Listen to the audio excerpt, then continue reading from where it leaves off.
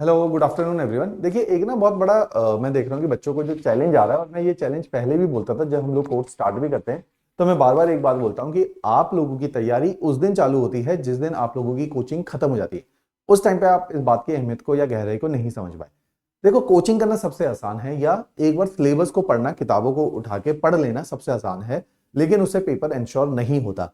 जब आप ये काम करते हो, जब आप चाहे सिविल स्टेप से कोचिंग कर रहे हो या किसी और एकेडमी से कोचिंग कर रहे हो या सेल्फ स्टडी कर रहे हो, तो बेसिकली कर क्या रहे हो आप? सिलेबस कंप्लीशन, बस।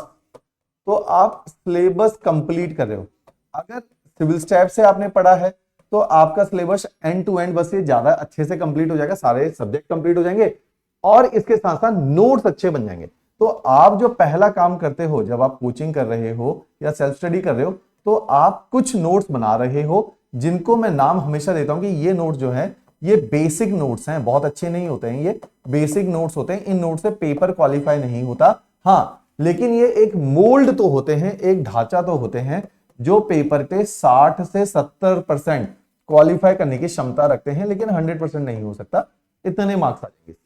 अगर 100 की कट ऑफ है, आपके 60 नंबर इन नोट्स को पढ़ के, चाहे आपने किसी भी कोचिंग इंस्टीट्यूट से पढ़ो, सेल्फ स्टडी करो, 60-70 नंबर तो ले आओगे, लेकिन इससे पेपर क्वालिफाई नहीं होता।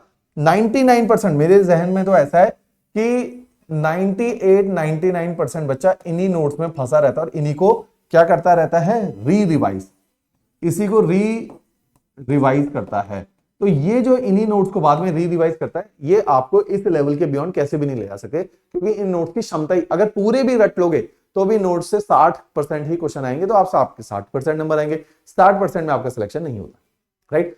अब हमारा कोचिंग के बाद काम क्या है? अपने नोट्स को 2 पार्ट में डिवाइड कर देना। और कोचिंग के बाद ये काम करना बहुत मुश्किल है, क्योंकि कोई करवा के नहीं दे रहा। करवा के मतलब कि पैसा देके क्लासेस में बैठना आसान है, बस सुन के ही तो जाना है, वो सबसे आसान काम है। टीचर का काम बोलना है, उसका काम मुश्किल है। आपका काम तो आसान है, आपने तो सुना नहीं सुना, उठ के चले गए क्लासेस से, या कहीं से भी पढ़ रहे हो या सेल्फ स्टडी कर रहे हो। तो पहला फेज आसान होता है, क्योंकि तब तक ज्ञानवर्धन हो रहा है, नॉलेज गेन हो रही है। नॉलेज गेन हो रही है तो मजा भी आ रहा है तैयारी में। मजा आना बंद हो जाता है जब तक कोचिंग खत्म हो जाती है, क्योंकि खुद अब सेल्फ एफर्ट मारने हैं।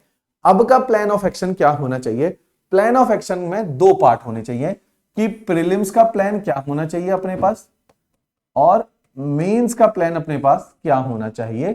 ये 2 डिफरेंट प्लान्स अपने पास हो जाते हैं। तो पहले तो प्रीलिम्स के ऊपर चर्चा करेगी। हमारे कुछ फ्री कोर्सेज हैं, चाहे आपने हमसे कोचिंग करी हो, आपको भी हमारे कई सारे फ्री कोर्सेज के बारे में नहीं पता है, क्योंकि जो एक बार यहां पर आ जाता है फिर वो ज्यादा हाथ पैर हमारे वेबसाइट पे नहीं मारता कि वहां पे और क्या क्या उसके लिए अवेलेबल है। जो हमसे कोचिंग नहीं करता, इस बार बहुत सारे स्टूडेंट है, जैसे स्टूडेंट आया देहरा से, आवास पंडित, उसने 22 साल की एज में इस बार पेपर को क्वालिफाई किया। उसने बताया कि हमारे यूट्यूब चैनल में इतने सारे फ्री कोर्सेज हैं जो वो पिछले 1.5 साल से फॉलो कर रहा है, उसकी वजह से उसका जो है इस बार इतने कम एज में रैंक आ गया। लेकिन उसने हमसे तो नहीं पढ़ा, लेकिन वो स्मार्ट था, उसको पता था कि क्या क्या फ्री प्रोडक्ट अवेलेबल है सिविल सेक्टर, उनसे पेपर निकलेगा। वो हम 2 साल पहले बहुत प्रमोट करे थे। अपने स्टूडेंट इन वीडियोस को नहीं देखते हैं, बाहर वाले ही देखते हैं और वही फायदा उठाते हैं। इसी चीज को बोला जाता है कि दिया तले अंधेरा, राइट? अब आपने क्या करना है, चाहे किसी के हमारे स्टूडेंट हो या नहीं हो, आप सभी के लिए ज्ञान अवेलेबल है। तो आपने प्रीलिम्स को कैसे संभालना है? अभी तक आपने जो नोट्स बनाए थे या कोचिंग करी थी, सेल्फ स्टडी करी थी, आपने सिलेबस को कंप्लीट किया था। आपके कंटेंट में डेप्थ नहीं है, इस डेप्थ के बिना पेपर नहीं निकलेगा। डेप्थ को डालने के तरीके हैं। जिसने हमसे पढ़ा उसके पास ही किताबें हैं, जिसने नहीं पढ़ा शायद उनके पास ही किताबें नहीं है।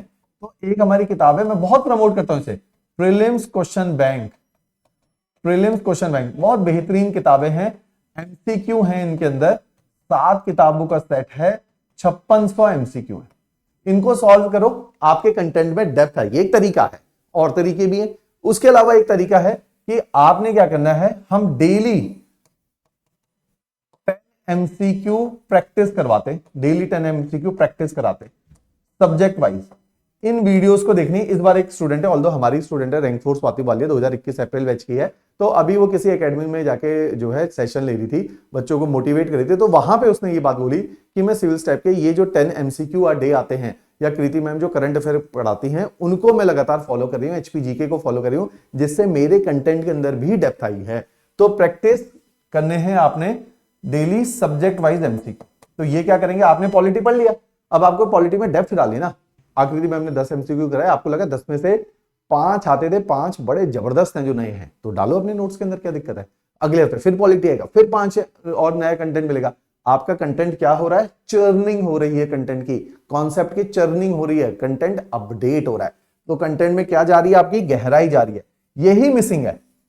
बच्चे क्या करें, बार बार प्रीलिम्स में फेल हो रहे हैं, फिर उन्हीं नोट्स को उठा के जो बेसिक बुनियादी लुसेंट से बने हुए, लक्ष्मीकांत के बने हुए नोट्स हैं, उन्हीं को बार बार पढ़े जा रहे हो। कॉन्सेप्ट ही नहीं है लक्ष्मीकांत के अंदर, सीधा फैक्ट फैक्ट फैक्ट दे रखे, कितना फैक्ट पढ़ोगे, राइट। तो उनकी क्षमता है, उन नोट्स से इतने ही मार्क्स आ सकते हैं। बार बार प्रीलिम्स फेल कर रहे हो आप, तो अपने प्रीलिम्स में ये सारी चीजें डालो।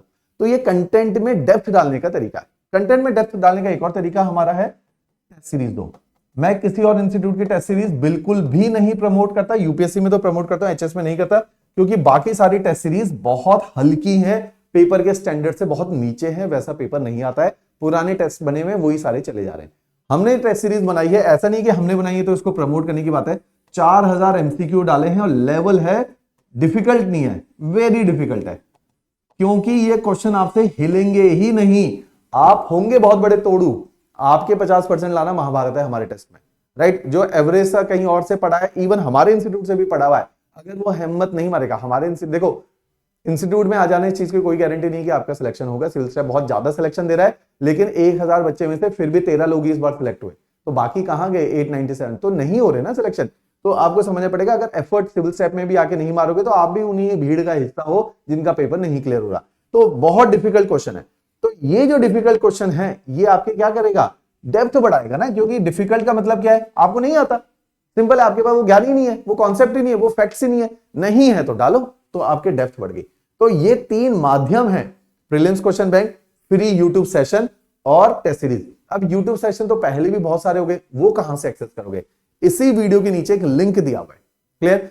उस लिंक में से उन वीडियो सेशन को हमने संभाल के रखा हुआ है, पीडीएफ फाइल्स, उन वीडियो सेशन, इन सारे वीडियोस को देखो और उनकी पीडीएफ को डाउनलोड कर लो। क्लियर हुई बात। तो ये काम आप लोगों ने करना है, राइट। ये तो बात मैंने करी प्रीलिम्स की, फिर मैं बात करूंगा मेंस की। अब देखिए मेंस के अंदर प्रॉब्लम क्या आती है कि मेंस का कंटेंट आपका पेपर के स्टैंडर्ड पे है ही नहीं, दूसरा कंटेंट बिखर रखा है। क्यों, प्रीलिम्स और मेंस का एक ही कंटेंट था आपका। अब आपको समझना पड़ेगा, जो आज तक आपने कंटेंट बनाया है वो ज्यादातर प्रीलिम्स ओरिएंटेड है, मेंस की डेप्थ उसके अंदर मिसिंग है। मेंस का कंटेंट मैं हमेशा प्रमोट करता हूं जी, क्वेश्चन आंसर फॉर्मेट में बनाओ। मैं यूपीएससी में भी यही प्रमोट करता हूं। इस बार इसी मेथड से बहुत सारे स्टूडेंट हैं जो पहले और दूसरे अटेम्प्ट में यूपीएससी का इंटरव्यू दे के आ चुके हैं, कुछ देने वाले। तो इस कंटेंट में दम है, इस तरीके में दम है, इस प्रोसेस में दम है। इसी के माध्यम से एचएस में तो ये ट्राइड एंड टेस्टेड है, 3 साल से बहुत सिलेक्शन आ रही है क्वेश्चन आंसर फॉर्मेट में नोट्स को बनवाने से, राइट। तो आपने मेंस को क्वेश्चन आंसर फॉर्मेट में डालना है। तरीका क्या होगा, इसी वीडियो के नीचे लिंक दे रखा है।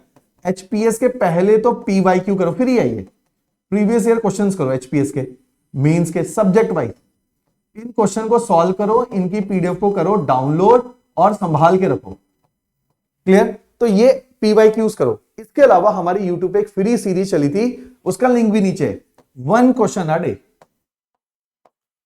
1 question a day, 1 question a day.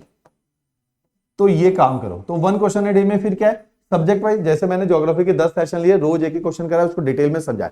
इससे आपका दिमाग खुलेगा भाई आंसर राइटिंग कैसे होती है, जिसकी मैं चर्चा कर रहा था कि इन वीडियोस को इस बार भी कई सारे स्टूडेंट ने देखा और उन्होंने पेपर को क्वालिफाई किया, आके बाद में बताया कि हम आपकी इन सीरीज को, फ्री सीरीज को देखते थे, इससे हम अपनी, क्योंकि हम और जगह से पढ़े थे जहां कोचिंग उतनी अच्छी नहीं थी, तो ये सारी चीजें हमने आपके वहां से अपडेट करी है, बेसिक कोर्स वहां से कर लिया, क्लियर। तो ये सारी चीजों को आपने फॉलो करना है। तीसरे लेवल पे अगर आपके पास ये किताबें नहीं है तो आपको मिस नहीं करनी, 900 क्वेश्चन विद आंसर्स हमारा मेंस क्वेश्चन बैंक है। इसके अंदर के लेवल ऑफ क्वेश्चन से आपको पता चलेगा कि कमीशन किस लेवल में चीजें पूछता है।